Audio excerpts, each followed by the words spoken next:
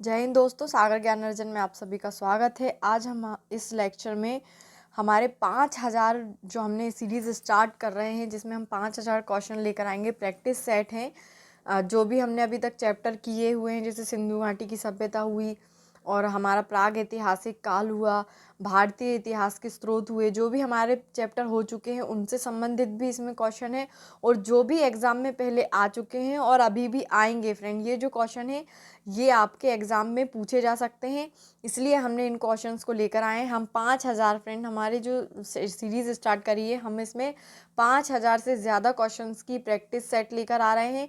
तो फ्रेंड, आप इन वीडियोस को ज़रूर देखना।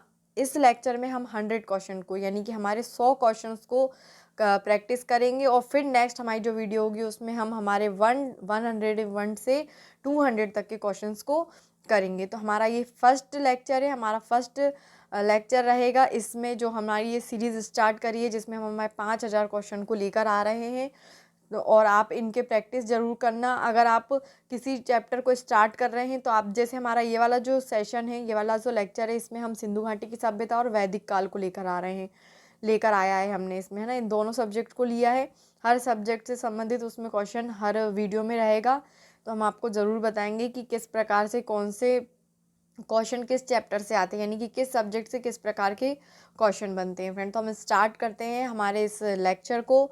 ओके फ्रेंड, हमारा जो फर्स्ट क्वेश्चन है, हड़प्पा सभ्यता का सर्वाधिक मान्यता प्राप्त काल, यानी कि हड़प्पा सभ्यता किस काल में, क्या है कि हर विशेषज्ञ ने अलग अलग सन बताए हैं, अलग अलग समय अवधि बताइए, लेकिन सबसे ज़्यादा मानने वाला कौन सा समय है, इसमें ये पूछा है। सर्वाधिक मान्यता प्राप्त, यानी सबसे ज़्यादा मान्यता किस सन को मिली है वो हमें बताना है। 2800 ईसा पूर्व से 2000 ईसा पूर्व है, 2500 ईसा पूर्व से 1750 ईसा पूर्व है, 3500 ईसा पूर्व से 1800 ईसा पूर्व है, या निश्चित नहीं हो सका है। तो फ्रेंड, इसका उत्तर क्या है? 2500 ईसा पूर्व से 1750 ईसा पूर्व, यानी कि जो ज़्यादातर लोगों का मानना है कि 2500 ईसा पूर्व से 1750 ईसा पूर्व के बीच का इसकी अवधि है। ठीक है, नेक्स्ट हमारा क्वेश्चन आता है कि सिंधु घाटी की सभ्यता निम्नलिखित में से किस सभ्यता के समकालीन नहीं है। यानी कि फ्रेंड, 4 सभ्यताएं देखने को मिली हैं शुरू से। मिस्र की सभ्यता, मेसोपोटामिया की सभ्यता, चीन की सभ्यता और सिंधु घाटी की सभ्यता। ये 4 सभ्यताएं हमारे इतिहास के लिए एक बहुत ही इम्पॉर्टेंट रोल प्ले करती हैं, बहुत ही महत्वपूर्ण इनका रोल रहा है। तो ये क्वेश्चन हमसे पूछा गया है कि सिंधु घाटी की सभ्यता जो निम्न दी हुई हैं, इनमें से कौन सी इसके समकालीन नहीं है। तो फ्रेंड, अभी बताया था कि सिंधु घाटी की सभ्यता थी, मिस्र की सभ्यता, मेसोपोटामिया की सभ्यता, चीन की सभ्यता। तो सीधी सी बात है कि ग्रीक की सभ्यता उस समय नहीं हुआ करती थी। फ्रेंड, नेक्स्ट है हमारा क्वेश्चन कि सिंधु घाटी की सभ्यता कहाँ तक विस्तृत थी, यानी कि सिंधु घाटी की सभ्यता कहाँ कहाँ तक फैली हुई थी, ये हमको बताना है। फ्रेंड, फर्स्ट जो ऑप्शन है कि पंजाब, दिल्ली और जम्मू कश्मीर तक है, राजस्थान, बिहार, बंगाल और उड़ीसा तक है, पंजाब, राजस्थान, गुजरात, उड़ीसा और बंगाल तक है, या फिर पंजाब, राजस्थान, गुजरात, उत्तर प्रदेश, हरियाणा, सिंध और बलूचिस्तान तक है। तो फ्रेंड, इसका उत्तर है हमारा फोर्थ वाला कि पंजाब, राजस्थान, गुजरात, उत्तर प्रदेश, हरियाणा, सिंध और बलूचिस्तान तक सिंधु घाटी की सभ्यता फैली हुई है। फ्रेंड, नेक्स्ट हमारा क्वेश्चन है कि सिंधु घाटी की सभ्यता में घोड़े के अवशेष कहाँ से मिले हैं। घोड़े के जो अवशेष हैं वो कहाँ से मिले हैं। तो सूरकोटदा से मिले हैं, वड़ावली से मिले हैं, मांडा से मिले हैं, या राखीगढ़ी से मिले। तो फ्रेंड, कहाँ से मिले हैं? सूरकोटदा से हमें घोड़े के अवशेष मिले हैं। नेक्स्ट हमारा क्वेश्चन है कि सिंधु घाटी स्थल कालीबंगन किस प्रदेश में, यानी सिंधु घाटी स्थल, सिंधु घाटी में जो कालीबंगन स्थल है वो किस प्रदेश में मिला है। तो फ्रेंड, ये क्वेश्चन हमारे एसएससी मैट में 1999 में और 2002 में पूछा जा चुका है। राजस्थान में है, गुजरात में है, मध्य प्रदेश में है, या उत्तर प्रदेश में। तो फ्रेंड, इसका उत्तर है राजस्थान। राजस्थान में कालीबंगन स्थल पाया गया है ना। नेक्स्ट हमारा क्वेश्चन है कि निम्नलिखित में से किस पदार्थ का उपयोग हड़प्पा काल की मुद्राओं के निर्माण के मुख्य रूप से किया था। ठीक है, क्या है कि निम्नलिखित में से किस पदार्थ का उपयोग है, यानी कि किस पदार्थ का उपयोग सबसे ज़्यादा मुद्राओं के निर्माण में किया गया है। ये एसएससी मैट में 2000 में पूछा गया और 2002 में ये क्वेश्चन पूछा जा चुका है। सेलखड़ी से, कांसा से, तांबा से, या फिर लोहा से। तो फ्रेंड, किससे बना है? सेलखड़ी। सेलखड़ी नाम के पदार्थ से सबसे ज़्यादा बनाई गई हैं मुद्राएं, है ना। नेक्स्ट हमारा क्वेश्चन है कि हड़प्पा सभ्यता किस युग की थी, यानी जो हड़प्पा सभ्यता है वो किस युग की थी। ये हमारा एसएससी 2001 में आ चुका है। कांस्य युग की, नवपाषाण युग की, पुरापाषाण युग की या लोह युग की। तो कहाँ की थी फ्रेंड, किस युग की थी, कांस्य युग की थी। सिंधु घाटी सभ्यता के लोगों का मुख्य व्यवसाय क्या था। ये एसएससी मैट 2001 में पूछा जा चुका है। व्यापार, पशुपालन, शिकार या कृषि। तो क्या था फ्रेंड, कृषि। उस समय के लोगों का मुख्य व्यवसाय कृषि था। फ्रेंड अगर आपको सिंधु घाटी की सभ्यता मेंस के अकॉर्डिंग, यानी कि पीएससी यूपीएससी हो चाहे पीएससी कोई भी स्टेट का हो, अगर उसके अकॉर्डिंग आपको नोट्स चाहिए तो हमारे ही चैनल पर आपको सिंधु घाटी की सभ्यता की पूरा लेक्चर आपको मिल जाएगा। उसका आपको राजनीतिक, आपको उसकी कलाकृति, आपका उसको इतिहास उसका पतन, उसकी सामाजिकता, आपको हर पूरे टॉपिक, पूरी फील्ड से टॉपिक रिलेटेड आपको उसमें मिल जाएगा। और अगर आपको नोट्स चाहिए फ्रेंड, अगर आपको पीडीएफ चाहिए लेक्चर की, तो आप हमारे टेलीग्राम चैनल पर जाकर ले सकते हैं फ्रेंड। और अगर आपको इसको वीडियो चाहिए तो आपको पूरा वीडियो मिल जाएगा। एक ही वीडियो में आपको पूरी सिंधु घाटी सभ्यता के बारे में जानकारी मिल जाएगी कि किस विशेषज्ञ ने क्या कहा सिंधु घाटी की सभ्यता के बारे में, उसका धर्म क्या था, उसमें लोग किस प्रकार से रहते थे, आपको सब कुछ उसमें मिल जाएगा फ्रेंड। हमारा सिंधु घाटी की सभ्यता हर एग्ज़ाम के लिए बहुत ही इंपॉर्टेंट होता है, स्पेशली हमारा मेंस जिसमें हमें रिटर्न करना रहता है, उसमें इससे बहुत सारे क्वेश्चन पूछे जाते हैं। तो आप हमारे उस लेक्चर को ज़रूर देखना फ्रेंड। हमारा 9th क्वेश्चन है कि हड़प्पा सभ्यता के निवासी थे। ये हमारा 2001 में पूछा गया है। ग्रामीण थे, शहरी थे, यायावर थे या जनजातीय थे। तो फ्रेंड कैसे थे, शहरी थे। फ्रेंड सिंधु घाटी की सभ्यता अगर हमारे लिए इतना इम्पोर्टेंट है तो सिर्फ इसलिए है क्योंकि ये पहली हमारी शहरी सभ्यता है। इसमें हमें ऐसी चीज़ें देखने को मिली जो एक शहर में पाई जाती हैं, इसलिए हमारे हमारे एग्ज़ाम के लिए और हमारे हिस्ट्री के लिए ये बहुत ही इम्पोर्टेंट टॉपिक है। बहुत ही इम्पोर्टेंट ऐसी सभ्यता है जो बाकी समकालीन सभ्यताओं से भिन्न है और आगे निकली हुई है, इसलिए हमारे लिए इम्पोर्टेंट हो जाती है। सिंधु सभ्यता के घर किससे बनाए जाते थे। ये हमारा एसएससी 2001 में और आरआरबी गोरखपुर टेक 2004 में पूछा जा चुका है। सिंधु सभ्यता के घर कैसे बनते थे, ईंट से, बांस से, पत्थर से या लकड़ी से। तो फ्रेंड उस समय के लोग ईंट से परिचित थे, ईंट से बने हुए थे, है ना। हड़प्पा वासी किस वस्तु के उत्पादन में सर्वप्रथम थे, सबसे ज़्यादा किस चीज़ का उत्पादन होता था फ्रेंड। ये भी एसएससी 2001 में और आरआरबी त्रिवेंद्रम 2004 में पूछा जा चुका है। मुद्राएं, कांसे के औजार, कपास या जौ। तो किससे फ्रेंड, कांसे से, सॉरी कपास से, है ना। कपास का सबसे ज़्यादा उत्पादन उस समय होता था। नेक्स्ट हमारा क्वेश्चन है कि निम्नलिखित विद्वानों में से हड़प्पा सभ्यता का सर्वप्रथम खोजकर्ता कौन था, यानी सबसे पहले किसने इसकी खोज करी। ये एसएससी 1999 में पूछा जा चुका है। सर जॉन मार्शल ने, आर.डी. बनर्जी ने, ए कनिंघम ने या फिर दयाराम साहनी ने। तो फ्रेंड किसने, दयाराम साहनी जी ने सबसे पहले इसकी खोज करी थी। सिंधु सभ्यता का पतन नगर बंदरगाह, यानी कि पत्तन नगर बंदरगाह कौन सा था। ठीक है, SSC MAT 1999, RRB Ranchi TC 2005, UP PCS 1995 1999 या फिर 53 55 भी बीपीएससी 2010। फ्रेंड ये कितने चार एग्जाम्स में पहले पूछा जा चुका है ये क्वेश्चन कि सिंधु सभ्यता का पत्तन नगर यानी कि बंदरगाह कौन सा था, है ना। ये क्वेश्चन पहले 4 एग्जाम्स में पूछा जा चुका है, इसलिए ये हमारे लिए बहुत इंपॉर्टेंट है। पहला है कालीबंगन, लोथल, रोपड़ या मोहनजोदड़ो। तो फिर इसका उत्तर क्या है, लोथल। लोथल में बंदरगाह पाए गए हैं। ठीक है, पैमानों की खोज ने यह सिद्ध कर दिया है कि सिंधु घाटी के लोग माप और तौल से परिचित थे। यह कहाँ, मतलब कहाँ मिला है, इसकी प्राप्ति कहाँ हुई है। ये हमारा एसएससी 99 में पूछा जा चुका है और सीडीएस में 1998 में पूछा जा चुका है। कालीबंगन में, हड़प्पा में, चहुंदुड़ी में या फिर लोथल में। तो फ्रेंड लोथल में हमें इन पैमानों की खोज मिली है जिसमें हमें ये सिद्ध होता है कि ये माप तौल से परिचित थे। नेक्स्ट हमारा क्वेश्चन है, हड़प्पा कालीन समाज किन वर्गों में विभक्त था। शिकारी, पुजारी, किसान और क्षत्रिय से, विद्वान, योद्धा, व्यापारी और श्रमिक से, ब्राह्मण, क्षत्रिय, वैश्य और शूद्र से, राजा, पुरोहित, सैनिक और शूद्र से। तो फ्रेंड किससे, विद्वान, योद्धा, व्यापारी और श्रमिक से। फ्रेंड इससे हमको ये पता चलता है कि जो उस समय यानी कि सिंधु घाटी सभ्यता जिस समय चल रही थी उस समय वर्गों को ये लोग नहीं जानते थे, यानी कि इनका समाज जो था वो वर्गों में विभाजित नहीं था और ना ही स्त्रियों की बुरी स्थिति उस समय पाई जाती थी, है ना। उस समय स्त्री मतलब महिला प्रधान देश कहा जा सकता है। उस समय जो सिंधु घाटी की सभ्यता थी वो स्त्री प्रधान थी, है ना। और विद्वान, योद्धा, व्यापारी और श्रमिक वर्गों को विभक्त थे, ना कि उस समय लोग शूद्र को जानते थे, ना ही वैश्य को जानते थे, ना ही क्षत्रिय को, ना ही ब्राह्मण को। यानी जो 4 वर्गों में विभाजित हुआ है हमारी समाज, जो 4 वर्गों में विभाजित हुई है वो कब हुई है? उत्तर वैदिक काल में। किस समय फ्रेंड? उत्तर वैदिक काल में। सिंधु घाटी की सभ्यता के बाद वैदिक काल आता है, और वैदिक काल हमारा 2 भागों में बटा हुआ है, एक ऋग वैदिक काल में और एक उत्तर वैदिक काल में। तो जो ऋग वैदिक काल है वो हमारा कौन सा काल है? 1000, है ना। 1000 सन से पहले का जो है वो हमारा ऋग्वैदिक काल है, और 1000 सन के बाद का जो है वो हमारा उत्तर वैदिक काल है। और उत्तर वैदिक काल यानी कि जिसकी चर्चा हमको कहाँ कहाँ देखने को मिलती है? अर्थवेद, सामवेद और यजुर्वेद में। और इसी समय स्त्रियों की स्थिति जो है वो छोटी होते गई है, और हमारे जो वर्ग हैं वो वर्गों में विभक्त हुए हैं, ठीक है। नेक्स्ट हमारा क्वेश्चन है कि सिंधु सभ्यता का सर्वाधिक उपयुक्त नाम क्या है? सबसे ज़्यादा जो नाम हमें देखने को मिलता है, हड़प्पा सभ्यता, सिंधु सभ्यता, सिंधु घाटी की सभ्यता, या इनमें से कोई नहीं। तो फ्रेंड क्या है? हड़प्पा सभ्यता।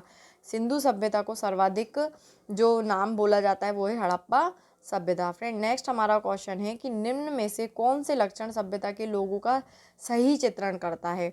उनके विशाल महल और मंदिर होते थे, वे देवियों और देवताओं की पूजा करते थे, वे युद्ध में घोड़ों द्वारा खींचे जाने वाले रथों का प्रयोग करते थे। तो फ्रेंड हमें नीचे 4 ऑप्शंस दिए हैं, हमें बताना है कि इन तीनों में से कौन सा सही है।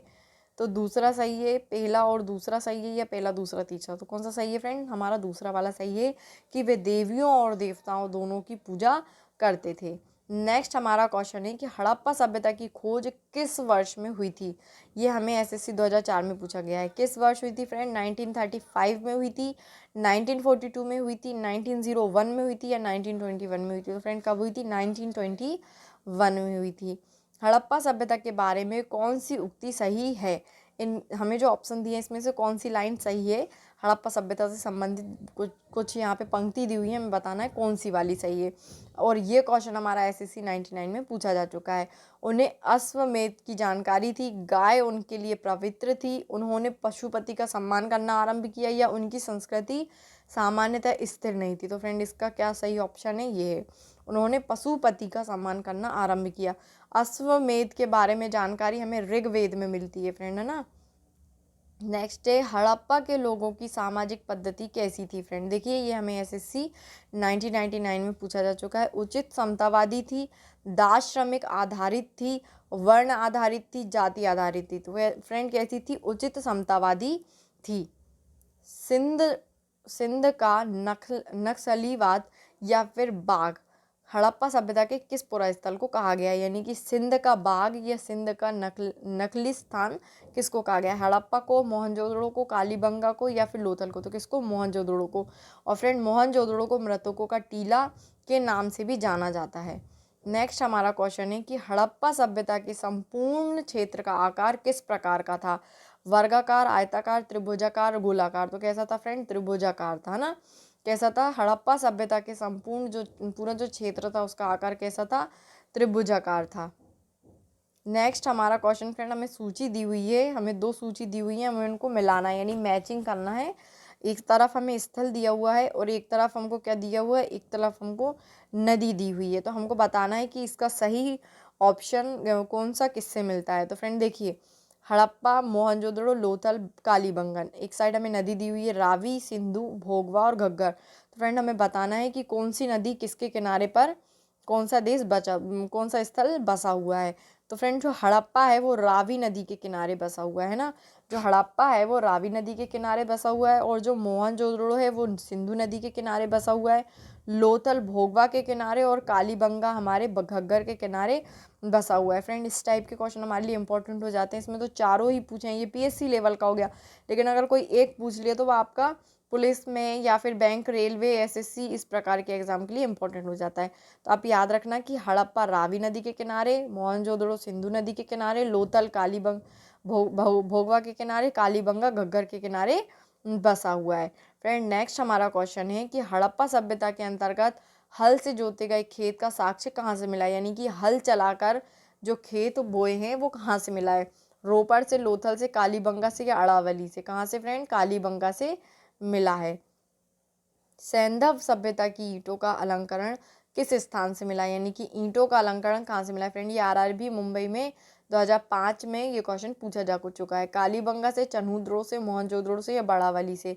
तो कहाँ से फ्रेंड? ईंटों का अलंकरण कहाँ से मिला है? हमें कालीबंगा से मिला है। कालीबंगा यानी कि काली चूड़ियाँ से भी इसको बोला जाता है। नेक्स्ट है हमारा क्वेश्चन कि मोहनजोदड़ो कहाँ स्थित है? ये आरआरबी मुंबई भोपाल 2003 में पूछा जा चुका है कि मोहनजोदड़ो कहाँ स्थित है? पंजाब में, सिंध में, गुजरात में? तो कहाँ है फ्रेंड? सिंध में। मोहनजोदड़ो सिंध नदी के किनारे बसा हुआ है। सिंधु सभ्यता के वृहत स्नानागार पाया गया है कहाँ पे फ्रेंड? ये बहुत इंपॉर्टेंट क्वेश्चन है क्योंकि ये MPPSC में भी पूछा जा चुका है। वृहत स्नानागार 3 नंबर में, तो ये हमारे लिए इंपॉर्टेंट हो जाता है MP के पॉइंट ऑफ व्यू से। आरआरबी कोलकाता ASM GG 2005 में ये क्वेश्चन पूछा जा चुका है। तो वृहत स्नानागार कहाँ है? मोहनजोदड़ो में, हड़प्पा में, लोथल में, कालीबंगा में? तो कहाँ है फ्रेंड? मोहनजोदड़ो में स्थित है। सिंधु सभ्यता की मुद्रा में किस देवता के रामतुल्य चित्रांकन मिलता है? ये आरआरबी गोरखपुर 2005 में पूछा जा चुका है। आद्य शिव, आद्य ब्रह्मा, आद्य विष्णु या आद्य इंद्र? तो किसका फ्रेंड? आद्य शिव का चित्रण हमको मिलता है। निम्नलिखित में से कौन सा हड़प्पा कालीन स्थल गुजरात में था? यानी कि जो हमें स्थल दिए हैं इनमें से कौन सा स्थल गुजरात में स्थित है?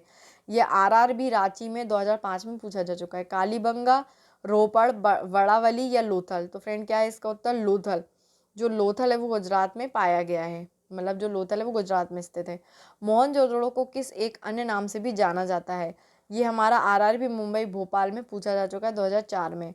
जीवितों का टीला, कंकालों का टीला, दासों का टीला या मृतकों का टीला? तो फ्रेंड बताया है ये आपको कि मृतकों का टीला भी कहा जाता है। फ्रेंड हमारे जो सिंधु घाटी सभ्यता है उसमें ये भी आपको देखने को मिलेगा कि कौन सा शहर किस नदी के किनारे है और उसकी खोज किसने करी, और उससे संबंधित इम्पोर्टेंट फैक्ट जो अधिकतर एग्जाम में पूछे जाते हैं कि आपको चावल के साक्ष्य कहाँ से मिले, या आपको उसकी भूसी के साक्ष्य कहाँ से मिले, या फिर आपको जौ के साक्ष्य कहाँ से मिले, आपको वृहत स्नानागार कहाँ से मिला। तो जो एक ऐसे फैक्ट्स जो बाकी स्थलों में नहीं देखने को मिलते हैं वो सब आपको उस वीडियो में मिलेंगे। फ्रेंड आपके लिए बहुत ही इंपॉर्टेंट है वो वीडियो, आप उस वीडियो को ज़रूर देखना। हैंड रिटन नोट है, अगर आपको उसकी PDF चाहिए तो आप टेलीग्राम चैनल पे जाकर देख सकते हैं, सागर ज्ञान अर्जन में मिल जाएंगे आपको। हड़प्पा सभ्यता का प्रचलित नाम क्या है? देखिए, सिंधु सभ्यता, लोथल सभ्यता, सिंधु घाटी की सभ्यता या मोहनजोदड़ो? तो क्या है फ्रेंड? सिंधु घाटी की सभ्यता, ये इसका प्रचलित नाम है ना।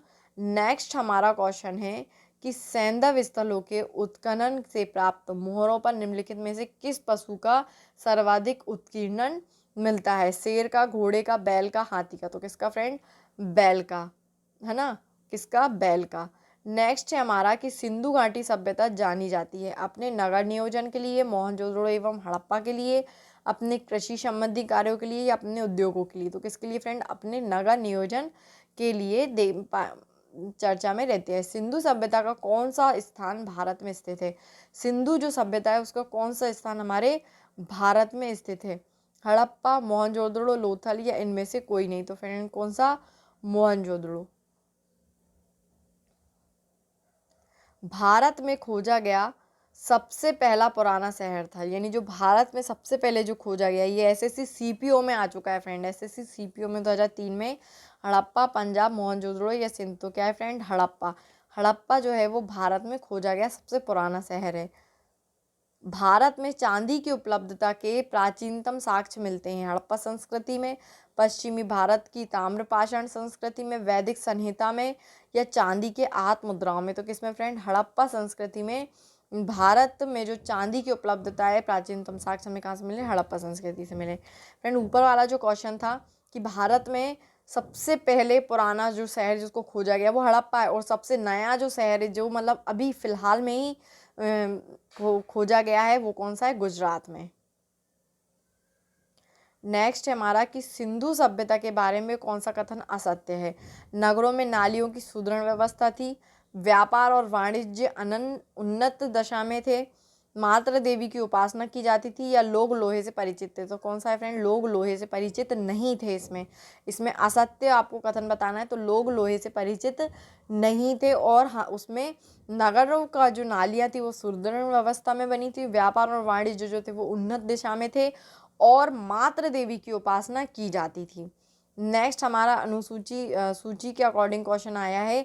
एक साइड हमको सूची दी हुई है कि सिंधु सभ्यता की उत्तरी सीमा किस जगह से लगती है, दक्षिणी सीमा किस जगह से लगती है, और सिंधु सभ्यता की पूर्वी सीमा किस दिशा से लगती है, और पश्चिमी सीमा किस दिशा से लगती है, ये हमको इसमें बताना है फ्रेंड। ठीक है, तो जो उत्तरी सीमा जो है फ्रेंड, उत्तरी सीमा हमारी माडा या जम्मू से लगती है, दक्षिणी सीमा दैमाबाद जो महाराष्ट्र में वहाँ से लगती है, पूर्वी सीमा आलमगीरपुर उत्तर प्रदेश में है वहाँ से लगती है, और पश्चिमी सीमा सूतकांगेंडोर बलूचिस्तान से लगती है फ्रेंड। ठीक है, यानी जो उत्तरी सीमा है वो माडा जम्मू कश्मीर से, दक्षिणी सीमा है दैमाबाद महाराष्ट्र से, पूर्वी सीमा जो है आलमगीर उत्तर प्रदेश से, पश्चिमी सीमा है सूतकांगेंडोर बलूचिस्तान से लगती है।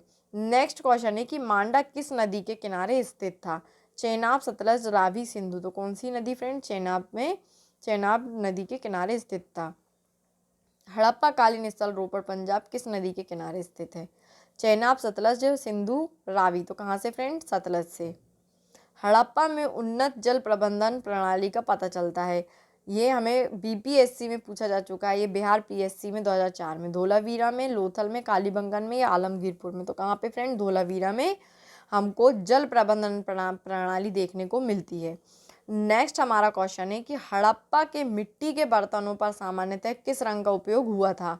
ये भी बीपीएससी 1995 में पूछा जा चुका है। लाल, नीला, हरा, पांडु, नीला। तो कौन सा फ्रेंड? लाल, है ना। लाल जो कलर है वो हमें बर्तनों में देखने को मिलता है, मिट्टी के बर्तनों में। सिंधु सभ्यता निम्नलिखित में से किस युग में पड़ता है? ये हमें बीपीएससी 1994 में पूछा जा चुका है। तो फ्रेंड देखिए, ऐतिहासिक काल में, प्राग ऐतिहासिक काल में, उत्तर प्राग ऐतिहासिक काल में, या आद्य ऐतिहासिक काल में? तो फ्रेंड इसका उत्तर क्या है? आद्य ऐतिहासिक काल में फ्रेंड देखिए, आद्य ऐतिहासिक काल क्या होता है? सबसे पहले तो ये पता होना चाहिए कि प्राग ऐतिहासिक काल क्या होता है। जो फ्रेंड प्राग ऐतिहासिक काल होता है, उस इतिहास को बोला जाता है जिसमें हमें कोई लिखित वर्णन नहीं मिला, है ना। मतलब हमारे पास ऐसा कोई साक्ष्य नहीं है, ऐसा कोई लिखित वर्णन नहीं है जिसको हम पढ़ के बता सकें कि हमारा प्राग ऐतिहासिक काल कैसा था। वो प्राग ऐतिहासिक काल होता है। और ऐतिहासिक काल क्या होता है? जिसमें हमें लिखा हुआ मिला है और हमने उसको पढ़ा है, वो ऐतिहासिक काल होता है ना। जिसके हमें साक्ष्य लिखित में मिले हैं, जिसका इतिहास हमने पढ़कर बताया है लिखे हुए को कि भैया ऐसा इतिहास था। लेकिन आद्य ऐतिहासिक काल क्या होता है? आद्य ऐतिहासिक काल वो होता है जिसमें हमें लिखी हुई चीज़ें तो मिली हैं लेकिन हम उसको पढ़ नहीं पाए हैं। आई मीन हमें वो लैंग्वेज समझ में नहीं आई है, वो लिपि समझ में नहीं आई है जो हमको लिखी हुई मिली है। उसको जो है विशेषज्ञों ने आद्य ऐतिहासिक काल में रखा है। तो फ्रेंड जो सिंधु घाटी की जो सभ्यता है, सिंधु घाटी की सभ्यता हमको उसमें हमें लिखित चीज़ें तो मिली लेकिन हम उसको पढ़ नहीं पाए हैं।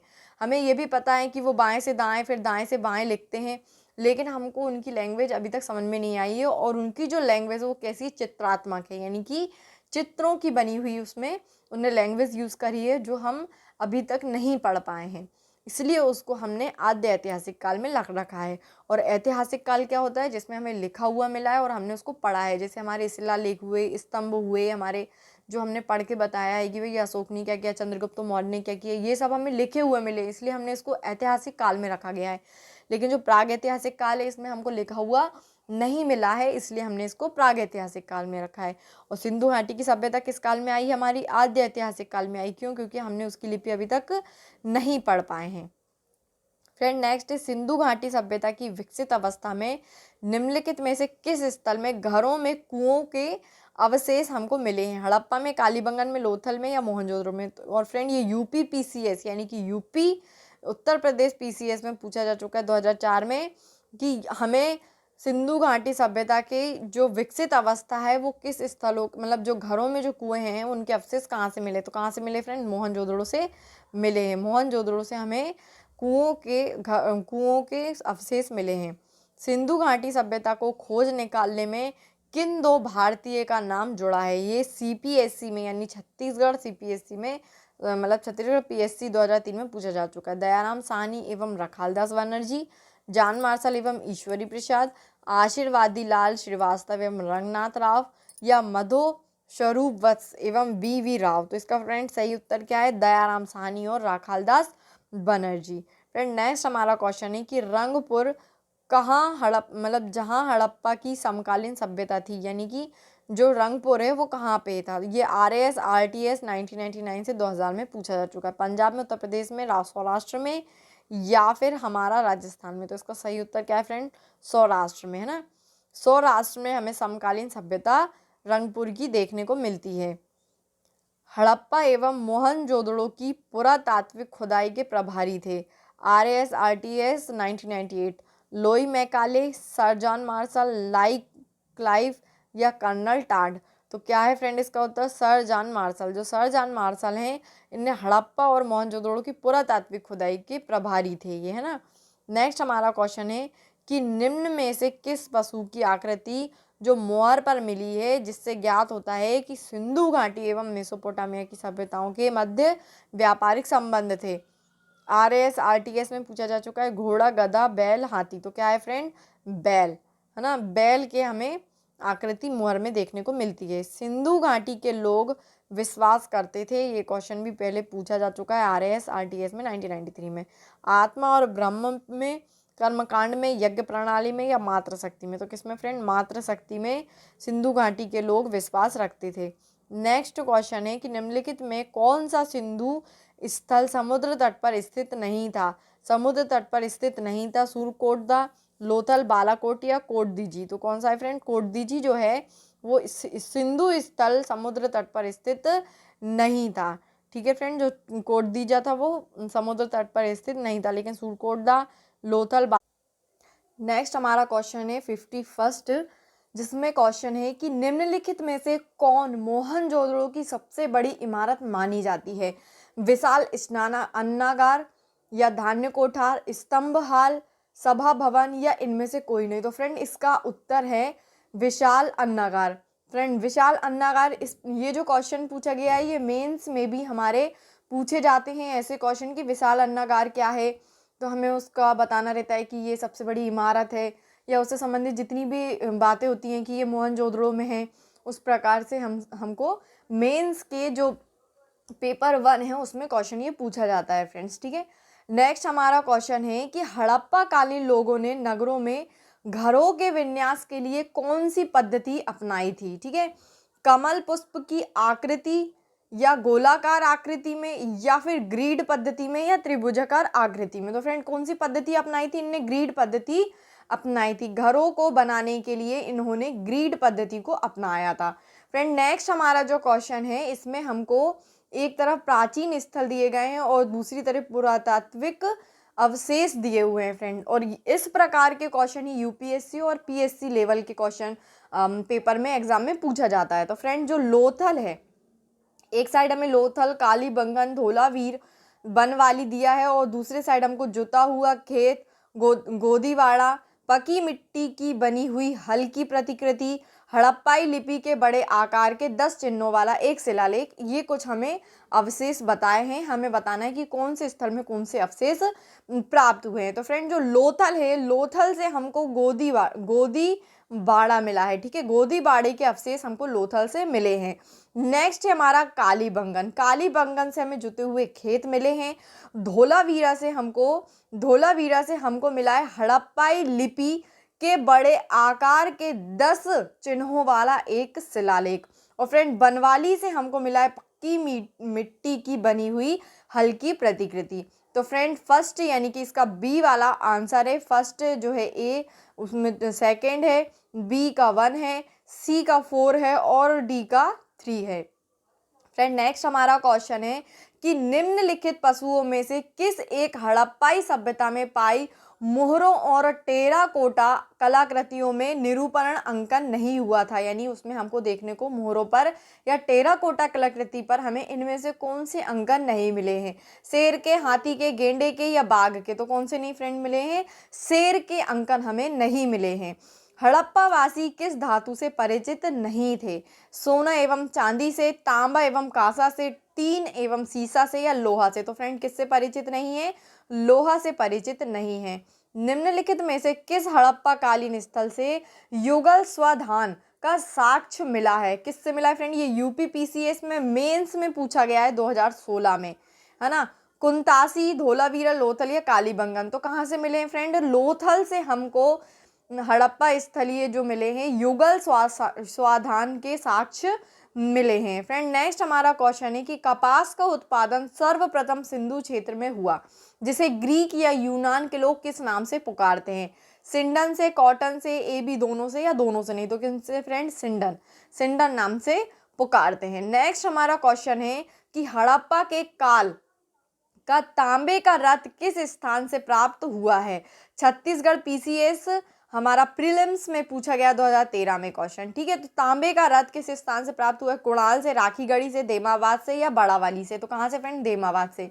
फ्रेंड हमारा जो लेक्चर है सिंधु घाटी की सभ्यता, हमने मेंस और प्री दोनों के पॉइंट ऑफ व्यू से वो उस नोट्स को क्रिएट किए हैं, नोट्स को बनाए हैं हर एग्जाम के लिए, वो इम्पोर्टेंट। फ्रेंड आपको सिंधु घाटी की सभ्यता का वीडियो लेक्चर जरूर देखना, क्योंकि उसमें हमने आपको पूरा डिटेल्स में बताया है, ये भी बताया है कि कहाँ से हमको किसके साक्ष्य मिले हैं और उसके जो मुख्य बिंदु हैं, और साथ ही साथ में हमने उसकी राजनीतिक, ऐतिहासिक, कलाकृति, महिला, सामाजिक और अर्थव्यवस्था, हर प्रकार से हमने उसको कवर किया है। उस जो लेक्चर है उस लेक्चर को आप ज़रूर देखना फ्रेंड, आपके लिए हर एग्ज़ाम के लिए वो इम्पोर्टेंट साबित होगा। हड़प्पा वासी किन किन धातुओं का आयात करते थे? ठीक है, तो हमें ये तीन ऑप्शन दिए, बताना है।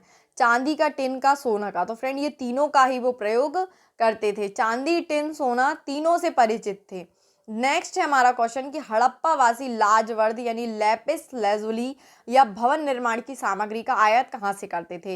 हिंदू कुश क्षेत्र के बंगसा से या ईरान से, दक्षिण भारत से या बलूचिस्तान से? तो कहाँ से फ्रेंड? हिंदू कुश क्षेत्र के बंगसा से करते थे। अफगानिस्तान स्थित सिंधु सभ्यता के स्थल है। सिंधु सभ्यता के स्थल क्या है? मुंडी गाक, सूरतकोई या दोनों या हड़प्पा? तो कौन सा है फ्रेंड? मुंडी गाक। कौन कौन से नगर सिंधु सभ्यता के बंदरगाह नगर थे? लोथल एवं सूतकांगेंडोर, अलादीनो एवं बालाकोट, कुनताशी या इनमें से सभी? तो कौन से फ्रेंड? इनमें से सभी इसके उत्तर है। लोथल, सूतकांगेंडोर, अलादीनो एवं बालाकोट, कुनताशी, ये पांचों स्थल जो है इसमें हमको बंदरगाह नगर देखने को मिलते हैं। मोहनजोदड़ो से प्राप्त पशुपति शिव या आद्य शिव मुहर में किन किन जानवरों का अंकन हुआ है? व्याघ्र एवं हाथी का, गेंडा एवं भैंसा का, हिरण का या फिर इनमें से सभी? तो फ्रेंड इन सभी का अंकन हुआ है, जिसमें आद्य शिव बने हैं जिस मुहर में, उनमें इन जानवरों के भी चित्र बने हैं। किस हड़प्पा कालीन स्थल से नृत्य मुद्रा वाली स्त्री की कांसे की मूर्ति प्राप्त हुई है? मोहनजोदड़ो से, कालीबंगा से, हड़प्पा से या बड़ावली से? तो कहाँ से फ्रेंड?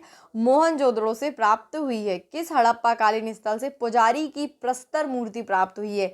हड़प्पा से, मोहनजोदड़ो से, लोथल से या रंगपुर से? तो फ्रेंड किससे? हड़प्पा से। किस सिंधु कालीन स्थल के से एक ईंट पर बिल्ली का पीछा करते हुए कुत्ते के पंजों के निशान मिले हैं? हड़प्पा से, मोहनजोदड़ो से, चन्हूदड़ो से या लोथल से? तो कहाँ से फ्रेंड? चन्हूदड़ो से मिले हैं। किस हड़प्पा कालीन स्थल से प्राप्त जार पर चोंच में मछली दबाए चिड़िया एवं पेड़ के नीचे खड़ी लोमड़ी का चित्रांकन मिलता है, जो पंचतंत्र के लोमड़ी की कहानी सदृश है? हड़प्पा से, मोहनजोदड़ो से, लोथल से या रंगपुर से? तो कहाँ से फ्रेंड? लोथल से। लोथल से हमको मिली है।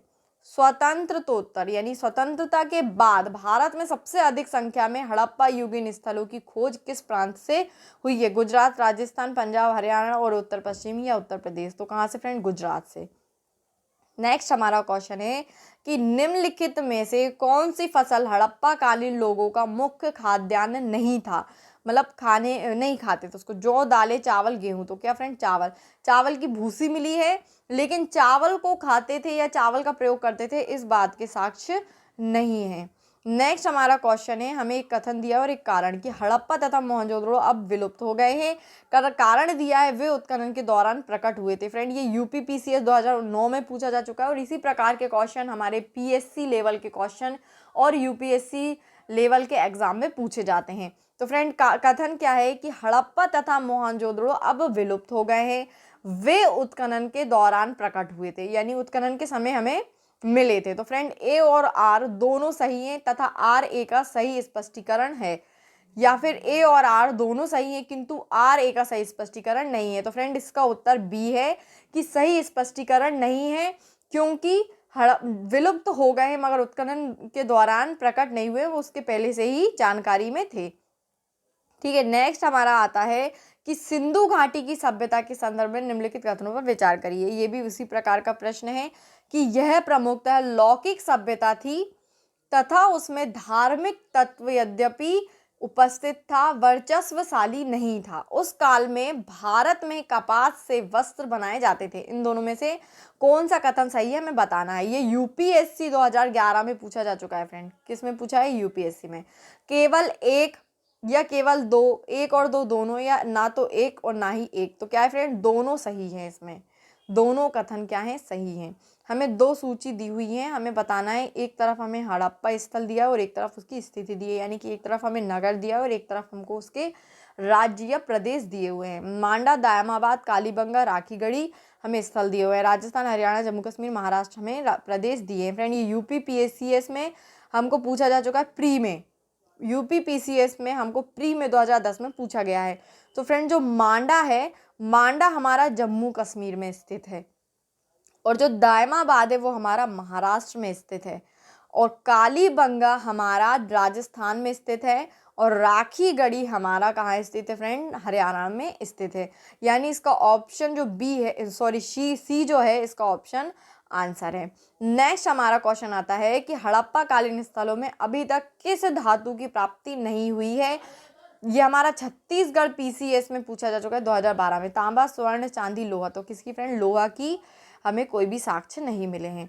किस पशु के अवशेष सिंधु घाटी सभ्यता में प्राप्त नहीं हुए हैं? ठीक है, ये हमें छत्तीसगढ़ पीसीएस में पूछा जा चुका है। शेर, घोड़ा, गाय। तो फ्रेंड्स शेर के हमें कोई भी साक्ष्य नहीं मिले हैं, ना ही कोई अवशेष मिले हैं। चन्हूदड़ों के उत्खनन का निर्देशन किया था, किसने किया था फ्रेंड? इसकी लिस्ट भी हमने उसमें रखी है कि किसका उत्खनन किसने किया था। ये हमारा यूपी पीसीएस 2015 में आया है। जे.एच. मैके ने, सर जॉन मार्शल ने, R.E.M. व्हीलर ने, या सर ऑरेल स्टीन ने? तो फ्रेंड किसने? जे.एच. मैके ने किया था इसका निर्देशन।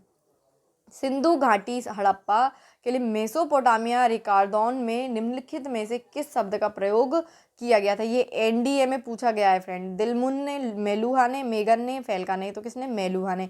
मेलुहा ने क्या किया है कि सिंधु घाटी सभ्यता जो है उसको मेसोपोटामिया से में शब्द उसका प्रयोग किया है। सिंधु सभ्यता निम्नलिखित में से किस युग में पड़ता है?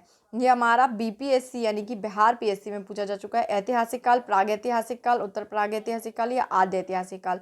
तो फ्रेंड किसमें? आद्य ऐतिहासिक काल में मिलता है। और हमने स्टार्टिंग में ही इसके बारे में बताया था कि आद्य ऐतिहासिक काल, प्रागैतिहासिक काल और ऐतिहासिक काल क्या होता है। पूर्व वैदिक या ऋग वैदिक संस्कृति का काल किसे माना जाता है? 1500 ईसा पूर्व से 1000 ईसा पूर्व, 1000 ईसा पूर्व से 600 ईसा पूर्व, 600 ईसा पूर्व से 600 ईस्वी तक कब माना जाता है? फ्रेंड देखिए ये हमारा आता है, अब स्टार्ट हुआ है वैदिक काल।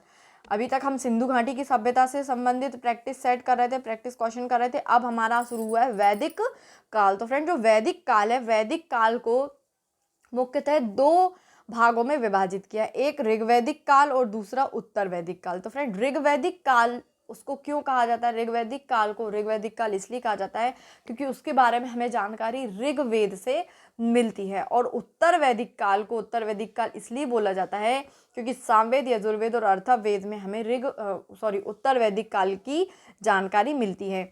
और दोनों को इसलिए बांटा है कि दोनों के समय हमारी अर्थव्यवस्था बदली है, दोनों के समय हमारी सामाजिकता बदली है। इसके बारे में भी फ्रेंड हमने पूरे डिटेल से लेक्चर बनाया है वैदिक काल के बारे में, आप उस लेक्चर को ज़रूर देखना।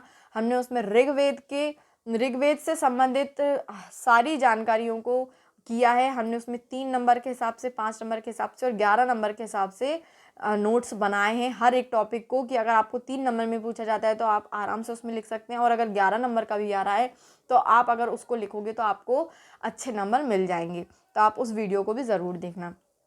तो फ्रेंड जो हमारा वैदिक काल है, वैदिक काल हमारा 1500 ईसा पूर्व से 600 ईसा पूर्व तक चला है। तो जो 1500 ईसा पूर्व से 600 ईसा पूर्व तक हमारा क्या चला है? वैदिक काल। और हमारा ऋग वैदिक काल कब से कब तक चला है? 1500 से 1000 ईसा पूर्व तक चला है। और उत्तर वैदिक काल हमारा 1000 से 600 ईसा पूर्व तक चला है। तो इसमें हमें पूछा है कि ऋग वैदिक संस्कृति कब से कब तक चली? 15000 से 1000 तक। और उत्तर वैदिक संस्कृति कब से कब तक चली फ्रेंड? 1000 से 600 ईसा पूर्व तक चली है। आर्य शब्द का शाब्दिक अर्थ क्या है फ्रेंड? ये क्वेश्चन बहुत इंपॉर्टेंट है, पूछा जा चुका है, हमारे एमपी के पेपर में भी आ चुका है और इसमें भी पूछा है कि यूपी पीसीएस में भी ये आया है कि आर्य शब्द का शाब्दिक अर्थ क्या है? वीर या योद्धा, श्रेष्ठ या कुलीन, या यज्ञकर्ता, पुरोहित या विद्वान। तो क्या है फ्रेंड? श्रेष्ठ या कुलीन इसका उत्तर है। नेक्स्ट हमारा आता है कि प्रारंभिक आर्यों के बारे में निम्न कथनों में से कौन सा सही नहीं है? कौन सा सही नहीं है हमें ये बताना है। एसएससी में पूछा जा चुका है फ्रेंड ये। वे संस्कृति बोलने वाले थे, या वे घुड़सवारी किया करते थे, वे कई झुंडों में भारत पहुंचे, या फिर वे मुख्यतः नगरों के निवासी थे। तो फ्रेंड इसमें से सत्य कौन सा नहीं है, यानी कि कौन सा सही नहीं है? वे मुख्यतः नगरों के निवासी थे। फ्रेंड सिर्फ सिंधु घाटी की सभ्यता हमारी नगर शहरी सभ्यता थी, बाकी हमारा जो वैदिक समय का जो था वो हमारी शहरी सभ्यता नहीं कहलाती। इसके सही कौन कौन से बिंदु है कि वो भैया संस्कृत बोलते थे, घुड़सवारी भी करते थे और साथ ही में झुंड के साथ अपने भारत आए थे। इनमें से किस फसल का ज्ञान वैदिक काल में लोगों को नहीं था? ये एसएससी में ये भी पूछा जा चुका है 2001 में। जौ, गेहूं, चावल, तंबाकू। तो किसका फ्रेंड? तंबाकू का ज्ञान नहीं था। हमारा नेक्स्ट क्वेश्चन है कि उत्तर वैदिक काल के वेद विरोधी और ब्राह्मण विरोधी धार्मिक अध्यापकों को किस नाम से जाना जाता है? यजमान, श्रमण, अर्थवन या श्रेष्ठिन। तो किसको फ्रेंड्स किस नाम से जाना जाता है? श्रमण से। और ये एसएससी में हमारा पूछा जा चुका है। नेक्स्ट है कि वैदिक गणित का महत्वपूर्ण अंग है, ये भी एसएससी में पूछा जा चुका है। शतपथ ब्राह्मण, अर्थवेद, शुल्बसूत्र या छांदोग्य उपनिषद। तो क्या है फ्रेंड्स? शुल्बसूत्र हमारा वैदिक गणित का एक महत्वपूर्ण अंग है। नेक्स्ट हमारा क्वेश्चन है कि किस वेद में प्राचीन वैदिक युग की संस्कृति के रूप में सूचना दी गई है? ये हमारा एसएससी में पूछा जा चुका है। ऋग्वेद में, यजुर्वेद में, अर्थवेद में, सामवेद में। तो किसमें फ्रेंड? ऋग्वेद में हमें प्राचीन वैदिक युग की संस्कृति के बारे में पता चलता है। प्राचीन वैदिक युग के मतलब कि ऋग्वेद के बारे में, ठीक है। नेक्स्ट हमारा क्वेश्चन है कि निम्नलिखित में से उत्तर वैदिक काल में लिखे गए ग्रंथों का सही क्रम बताना है। उत्तर वैदिक काल में कौन कौन से ग्रंथ थे? तो देखिए फ्रेंड, हमारा वेद, ब्राह्मण, आरण्यक या उपनिषद। थर्ड है हमारा वेद, उपनिषद, ब्राह्मण और आरण्यक।